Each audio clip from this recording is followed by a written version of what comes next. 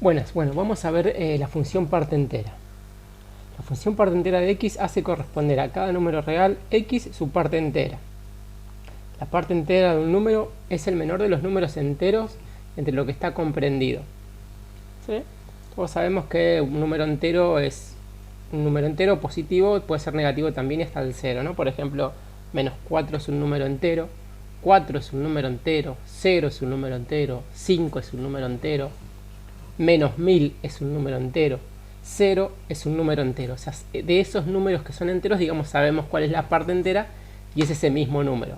Ahora, en aquellos números no reales, por ejemplo, el 3,15, ¿está bien? El 3,15, ¿cuál es la parte entera del 3,15?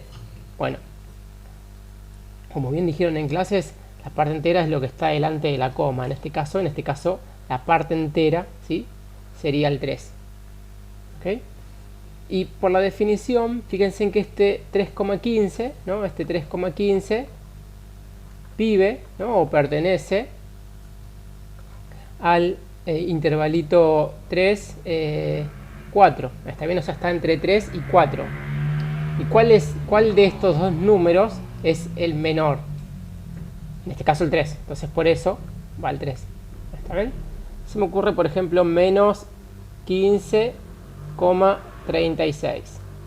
Entonces hay que decir cuál es la parte entera de este número, ¿sí? Menos 15,36. Bueno, muchos dirán menos 15, pero que hay que acordarse. Si fuera menos 15, ¿qué tiene que pasar? Que menos 15, ¿no?, 36 vive entre dos números en la recta real, ¿no? No sé, para dibujar algo. Si este es el menos 15, este de acá sería el menos 16. Y menos 15,36, entonces deberían de andar por este lado más o menos, ¿está bien? Por acá andaría el menos 15,36. Entonces, menos 15,36 pertenece al intervalito menos 16, menos 15.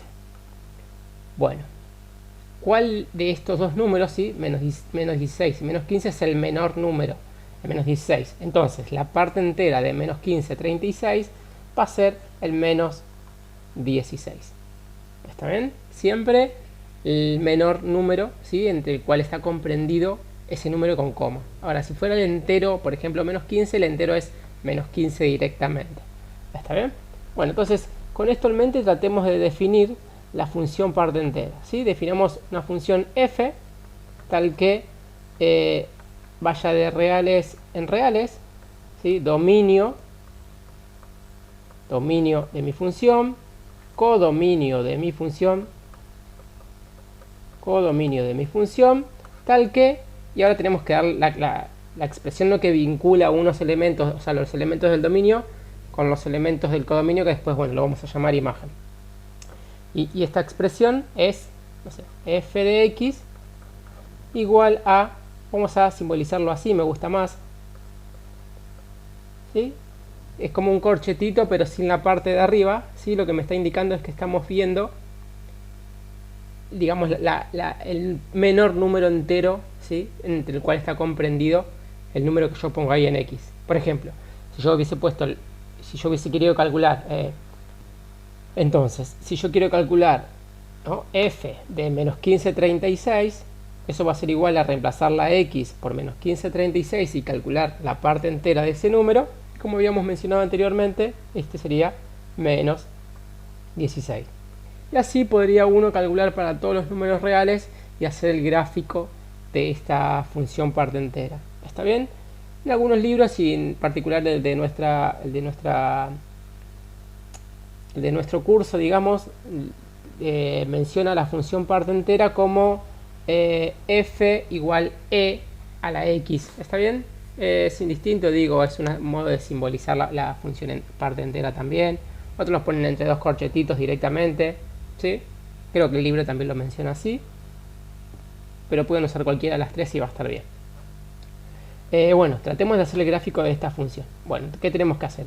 Tendríamos que construir una tabla con todos los números reales y ver a ver cuál es la parte entera, ¿no? O sea, para cada valor de x, qué valor de y le corresponde, digamos. Hagamos algunos valores. Por ejemplo, supongamos que tenemos x igual a 1, entonces yo hago f de 1. esto es igual a la parte entera de 1, y esto es igual a 1, es el número entero, digamos. Bueno, entonces para 1 le corresponde el 1. Para 2 le correspondería el 2, ¿está bien? Pero no miremos solamente eso, no nos quedemos con los enteros, que parece bastante simple. No nos quedemos solo con los enteros. Digo, para 0, 0, para menos 1, 1, para menos 2, sino que miremos los numeritos, ¿sí? Los infinitos números que viven, por ejemplo, entre 0 y 1. No sé, 0,5. ¿Cuál es la parte entera de 0,5?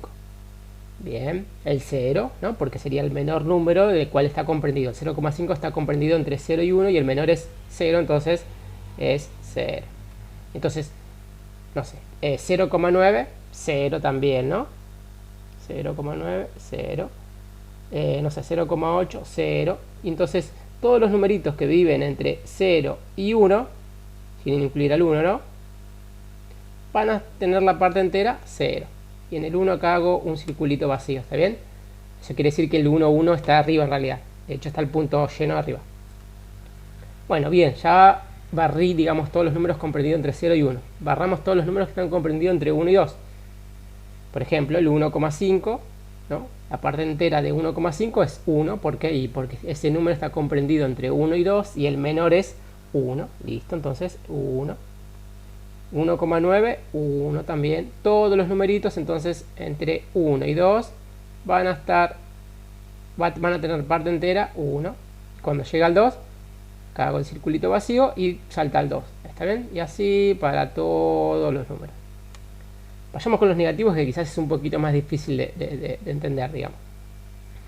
Vemos, por ejemplo, el menos 0,5, este número que está por acá, ¿sí? Menos 0,5. La parte entera de menos 0,5, ¿qué tendría que hacer? F de menos 0,5. Y esto es igual a la parte entera de menos 0,5. ¿Y esto qué va a ser igual? Primero, ¿este número entre qué número y qué número vive? Este número vive entre menos 1 y 0. ¿Cuál es el menor? Y el menos 1. Por lo tanto, la parte entera de menos 5 es menos 1. Entonces, listo, lo marco. No sé, menos 8. Menos 0,8, perdón.